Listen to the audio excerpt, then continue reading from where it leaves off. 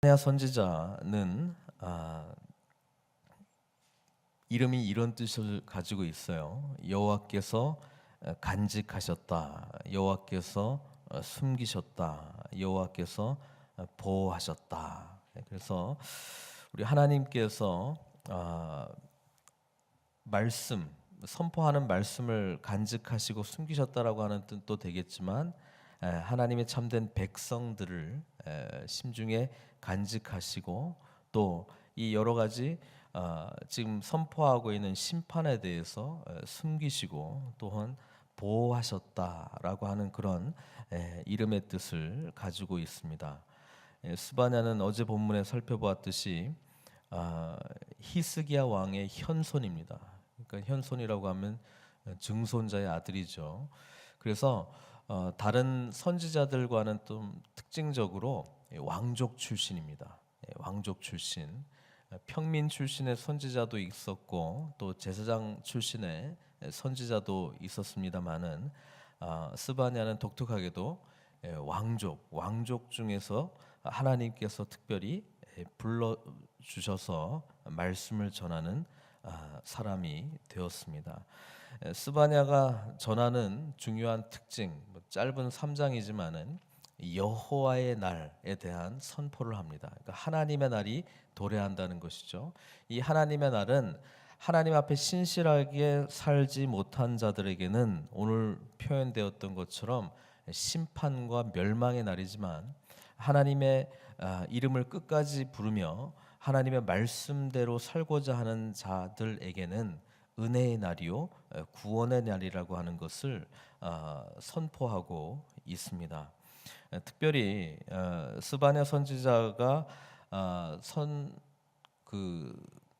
선지자의 그 사역을 감당하고 있을 때, 동시대의 선지자로는 그 예레미야 선지자, 나훔, 그리고 하박국 같은 선지자들이 활동을 하고 있었습니다. 이 선지자들도 모두 물론 이제 나훔 선지자는 이제 그 에돔의 멸망에 대해서 이야기를 하고 있습니다만은, 결국 남유다 또 남유다가 결국은 하나님의 말씀 앞에 온전히 서지 못하면 멸망하게 될 것이다라고 하는 그런 내용들을 말씀했던 선지자들인 것을 우리가 기억합니다. 특별히 스바냐 선지자가 활동했던 시대를 보면은 요시야 왕입니다. 요시야, 마지막 왕들 중에서 거꾸로 세 보면 이제 5번째 왕이 되는데요.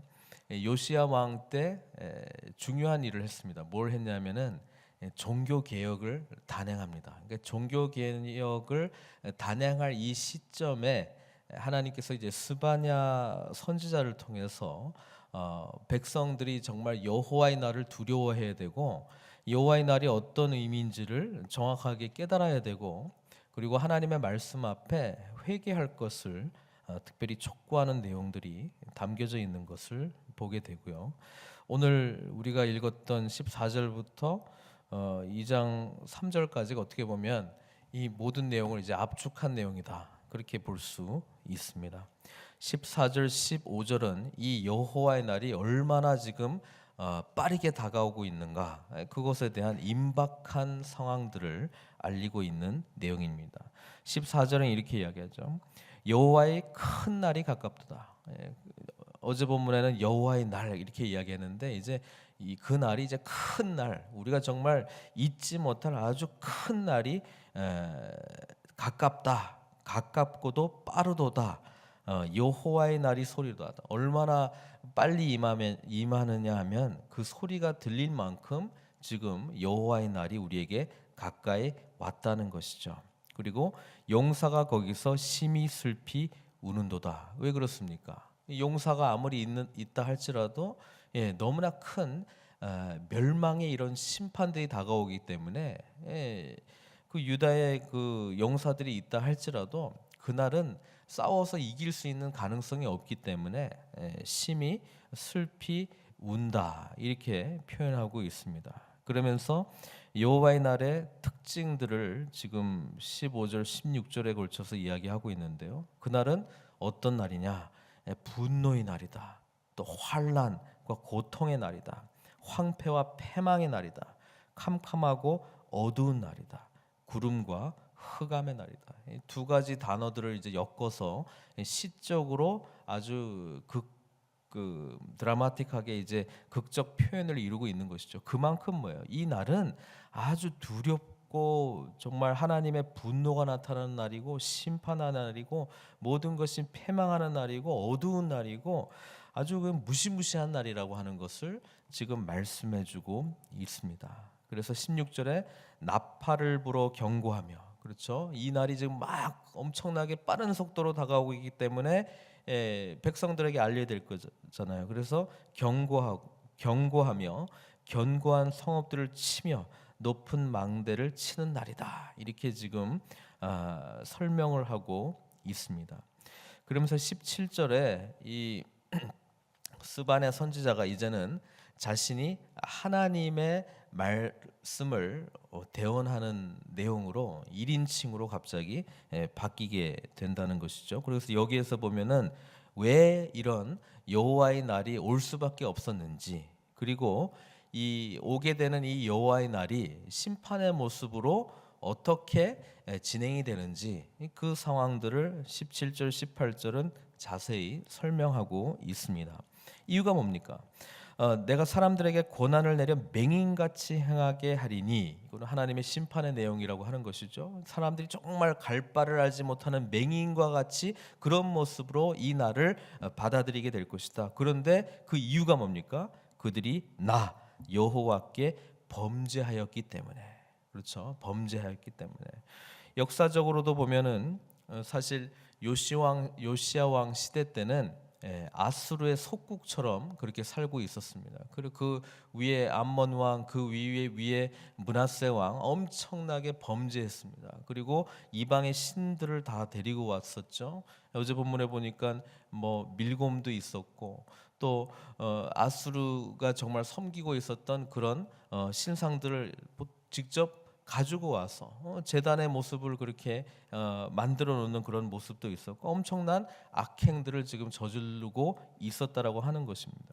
그러니까 하나님의 이 여호와의 날은 뭡니까? 이 죄 부분에 대해서 우리가 해결하지 않으면 위에 이야기한 분노의 날이요, 환난, 고통, 황폐, 패망, 어두운 날, 흑암의 날이 될 것이다. 그렇게 이야기를 하고 있는 것입니다. 그만큼 이 죄 부분에 대해서 하나님께서 심각하게 기다리셨는데 더욱더 악한 모습으로 가고 있는 것에 대해서 하나님이 이제는 심판할 수밖에 없다.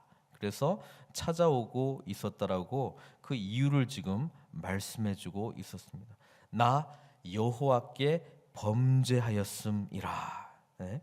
그러면서 이제 계속적으로 설명하고 있죠. 그들의 피는 쏟아져서 티끌같이 되며 그들의 살은 분토같이 될지라. 이렇게 하나님의 심판이 아주 무시무시하게 완전하게 이루어질 것이다. 그렇게 이야기를 하고 있습니다. 18절에 보니까 그들의 은과 금이 여호와의 분노의 날에 능히 그들이 건지지 못할 것이며. 참 재미있는 표현입니다. 오늘 우리의 가치관도 어찌 보면 은금이 있어야 그래도 내가 이 세상을 살아갈 수 있지 않을까, 뭐 그런 가치관을 두고 있지 않습니까? 은금이 있어야 그래도 오늘 우리의 세상을 살아갈 수 있지 않을까 이렇게 생각하고 있습니다만은 18절에 보니까 그거 아무짝에도 쓸모없다고 이야기합니다. 언제? 여호와의 날이 찾아오게 되면, 여호와의 분노의 날이 찾아오게 되면, 여호와의 큰 날이 찾아오게 되면 이런 거 아무리 세상적으로 가치 있고 의지할 수 있는 것 있어도 아무 쓸모없다. 이렇게 지금 말씀하고 있습니다. 능히 그들을 건지지 못할 것이다. 진정한 구원이 거기에는 없다는 것이죠. 이 온 땅이 여호와의 질투의 불에 삼켜지게 될 것이다. 이는 여호와가 이 땅 모든 주민을 멸절하되 놀랍게 멸절할 것이다. 그만큼 하나님의 이 심판의 내용이 크다는 것을 말씀해주고 있고 세상 어떤 것을 의지할지라도 거기에는 구원의 길이 없다는 겁니다. 그래서 이제 2장 1절부터 3절까지는 이제 그러면 우리는 이제 어떻게 되는가? 하나님께서 그 대안을 방법을 알려주십니다. 1절에 뭐라고 이야기하고 있습니까? 수치를 모르는 백성아 이렇게 부르고 있습니다. 이 하나님의 백성인데요, 하나님의 백성이 수치를 모릅니다. 벌거벗었는데 아담과 하와는 부끄러운 줄도 알았잖아요. 그래서 몸을 가렸잖아요. 그리고 하나님 앞에 숨었잖아요. 그래서 하나님께서 그 구원의 방법들을 옷을 입혀주시면서 은혜를 베풀어 주시면서 길을 터줬는데, 이들은 뭐예요? 죄를 범하고 있음에도 불구하고 자신들이 그런 수치 가운데 있다는 것조차도 망각하고 있었다라고 하는 것입니다. 그것을 지금 일깨워주고 있는 겁니다. 수치를 모르는 백성아 이렇게 이야기합니다. 근데 이 수치라고 하는 이 단어가 그 원어를 보면은 두 가지의 뜻이 있어요. 두 가지의 뜻이. 지금 말씀드린 대로 수치라고 하는, 부끄러움이라고 하는 아람어의 그 어근이 있기도 하지만, 또 다른 뜻은 바라다, 갈망하다라고 하는 뜻이 있습니다.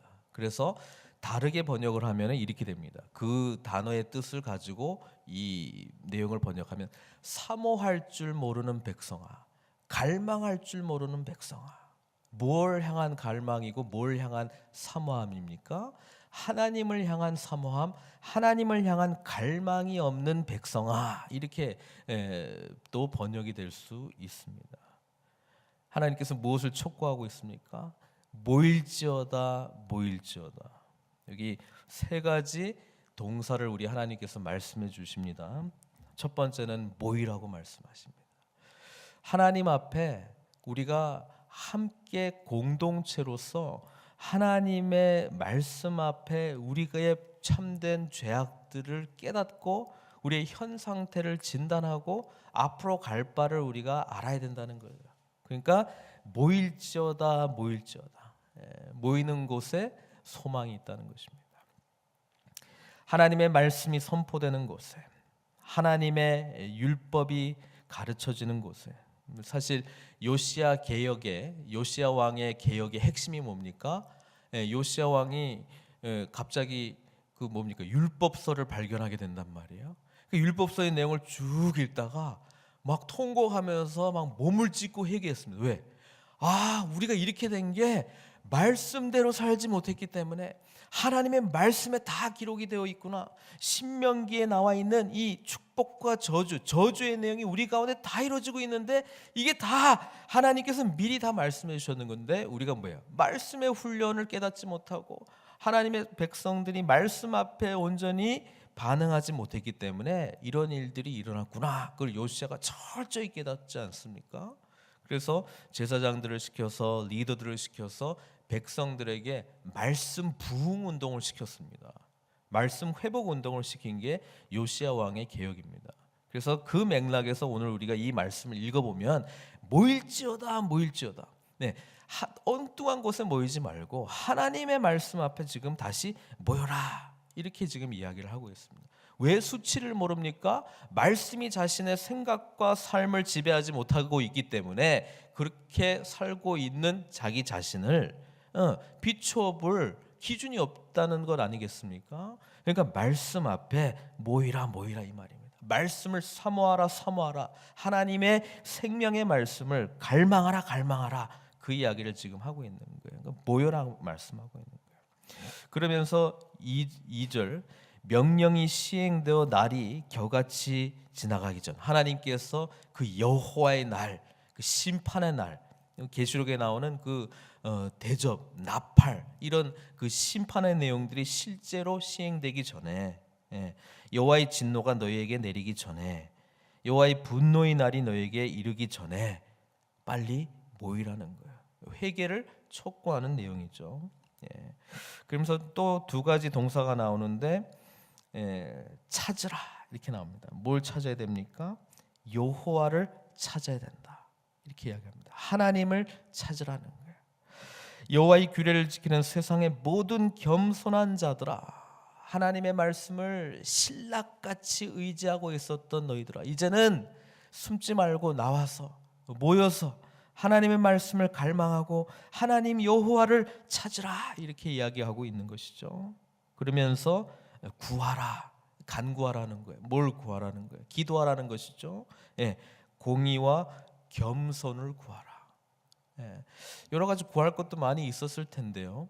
이 두 가지를 구하라고 이야기합니다. 공의는 하나님의 공의로움이 이 세상 가운데 이루어지는 것입니다. 우리가 주기도문에서 나라가 임하옵시며 하나님의 나라가 이 땅 가운데 하나님의 통치가 이루어질 수 있도록 여호와가 참된 왕이 될 수 있도록 오늘 우리 예수 그리스도를 믿는 자들이 예수님께서 진정한 왕이 되실 수 있는 그 공의로움이 온전히 나타날 수 있는 그런 통치가 이루어질 수 있도록 갈망하며 간구해야 된다는 것이죠. 또 겸손을 구하라. 왜 이 겸손을 구하라는 겁니까? 하나님 앞에서의 겸손은 곧 하나님의 말씀대로 하나님의 뜻대로 하나님의 온전한 통치를 의미하고 있기 때문에 그렇습니다. 요시야 왕 그 이전의 왕들은 자신들이 통치했습니다. 자신들의 능력으로 세상의 힘의 그 역학관계를 의지하면서 은금을 의지하면서 여러 가지 계책들과 계략들을 의지하면서 해왔다는 거예요. 근데 결국 그것이 하나님의 백성들을 살리지는 못했다. 하나님께서 그렇게 말씀해주고 있는 것 아니겠습니까? 오늘 이 말씀 앞에 하나님은 또한 우리들을 부리고 계신 줄을 믿습니다. 모일지어다 모일지어다 갈망할지어다 갈망할지어다 사모할지어다 사모할지어다 하나님 앞에 모여서 여호와를 찾을 것을 우리 하나님께서 오늘 우리들에게 요구하고 있는 것입니다. 그러면서 공의와 겸손을 구하며 이 땅 가운데 참된 하나님 나라가 이루어지도록 우리 주님께서 진정한 왕의 자리에 앉으실 수 있고 내가 진정한 그 왕을 섬기는 종의 모습으로 나아오기를 우리가 함께 간구하며 나아올 것을 지금 촉구하고 있는 것입니다. 오늘 이 말씀 앞에 우리들 또한 반응해야 될 줄로 믿습니다. 개인적으로, 가정적으로, 교회적으로 우리가 지금 어떠한 모습에 있습니까? 혹 하나님께서 지금 말씀하시는 대로 수치를 모르고 말씀 앞에서 나를 진정으로 진단해 보지도 못하고 점검해 보지도 못하고 말씀에 비추어서 내가 지금 옳게 살아가고 있는지 우리 가정이 정말 옳게 살아가고 있는 것인지 우리 공동체가 하나님 앞에 정말 바르게 말씀 앞에 반응하고 있는 것인지 우리가 진정으로 되돌아봐야 된다는 것입니다. 그리고 모여서 여호와를 정말 간절함으로 찾고 공의로움과 겸손함 하나님의 온전한 통치를 구할 때에 뭐예요? 이 여호와의 날이 분노의 날도 아니고 환난의 날도 아니고 패망의 날도 아닌 축복과 은혜의 날이 될 것이다. 하나님께서 그렇게 우리들에게 말씀해 주고 있는 것입니다. 오늘 이 말씀 앞에 저와 여러분 함께 반응해 나가시기를 바랍니다. 기도 가운데 오직 주님께서 우리의 참된 왕이 되셔서 진정한 왕의 통치가 내 자신에게 먼저 또 우리 가족에게 또 우리 공동체에게 이루어질 수 있도록 우리가 간절히 부르짖고 구해야 될 줄로 믿습니다. 그럴 때에 우리가 미처 깨닫지 못했던 우리들의 수치가 하나님 앞에 회개로 말미암아 용서함 받고 다시 의로운 모습으로 든든히 세워져 나갈 줄로 믿습니다. 하나님께서 우리를 사랑하시기 때문에 이 말씀을 허락하여 주신 줄 믿습니다. 스바냐 그 이름의 뜻처럼 하나님께서는 우리를 보호해 주십니다.